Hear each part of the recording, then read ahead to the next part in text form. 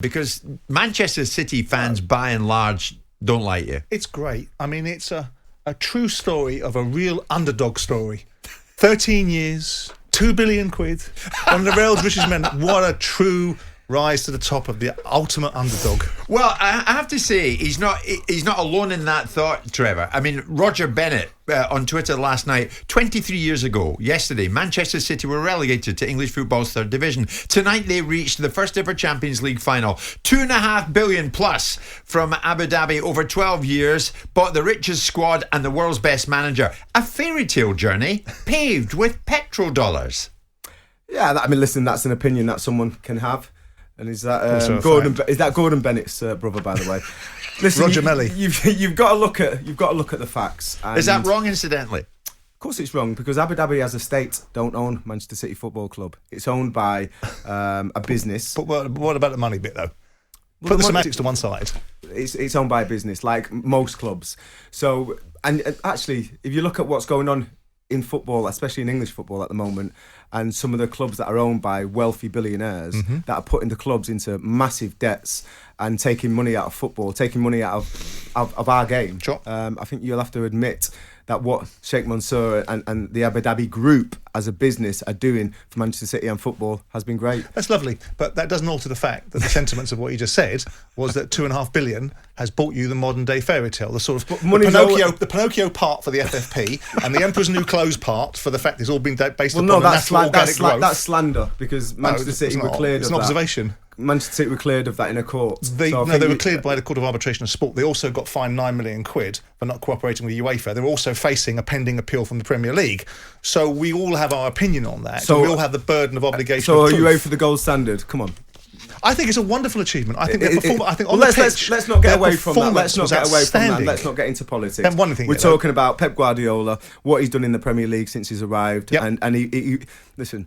He was critiqued so much when he so-called failed his first year. He brought a new brand of football to the Premier League. He's got principles. He's got a philosophy how he wants to play, which he's not changed since he was the Barcelona B manager all them years ago, and he's took it to different countries and it's been successful. So we have to say kudos to Pep Guardiola, kudos to the players for executing this game plan. We also have to compare like for like because it's a terrible journey. Well, it's a great bouncing from Barcelona. It was a great to like Bayern for Munich like to Manchester City. It was a great like for like. Bit different to bouncing down to Chesterfield. It was a great like for like from last night. And you're talking about Fabergé's eggs. Very true. I mean, you look at the lack of discipline of PSG, who are a very well-funded football club as well. Oh, yeah. Who are run by a Qatari We're company. going to go on to them in a minute. True. But is this a now or never moment for Pep personally? No.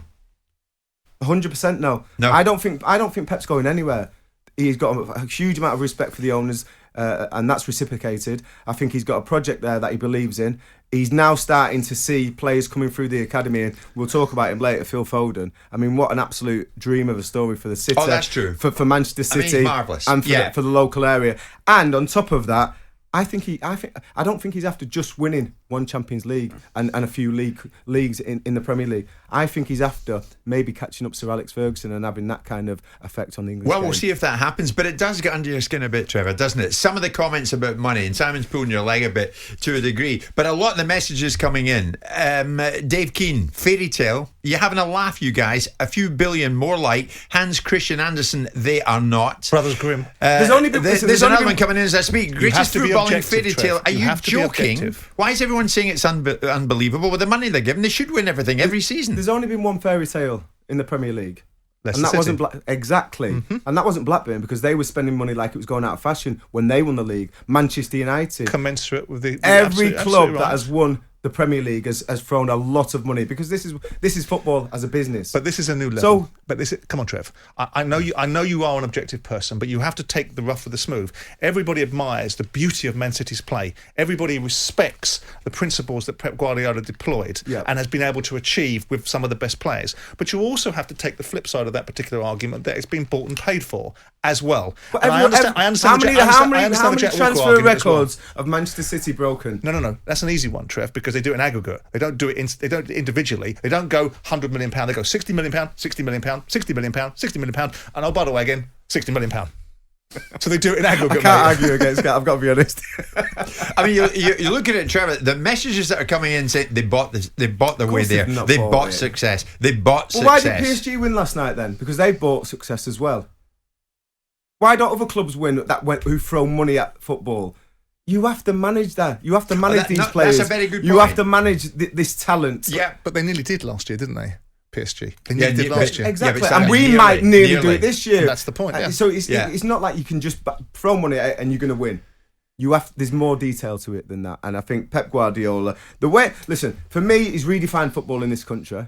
I don't want to go on about it too much. He's brought Phil Foden through, who's for me potentially one of the best players in the world even now, and the way that he's affecting games, and I just feel the style and the brand of football which Manchester City play.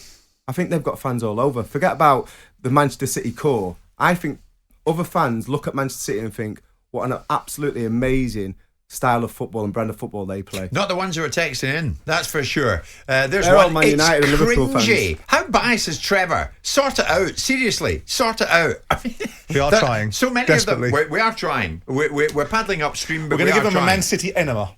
I have to say, Trevor, you could call it the modern day English football fairy tale, couldn't you? Because the modern day fairy tale today in English football almost inevitably involves money.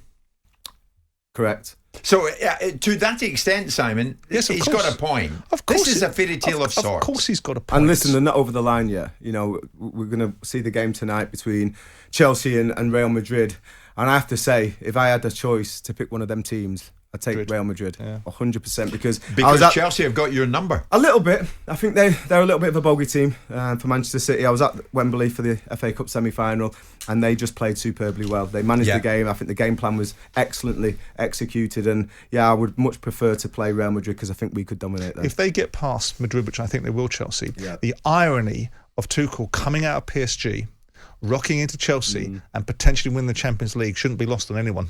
No, sure. It's a good point. Definitely. Trevor, a lot of people out there support you. There's a fellow, no name in it. I'm a Spurs fan. Who cares how City did it? They did it. And I love watching Manchester City and the way that they play. Trevor has a point. So well done, Trevor. In terms of City and Pep getting to this final in Istanbul, though, where does it rank amongst English football's greatest fairy tale stories?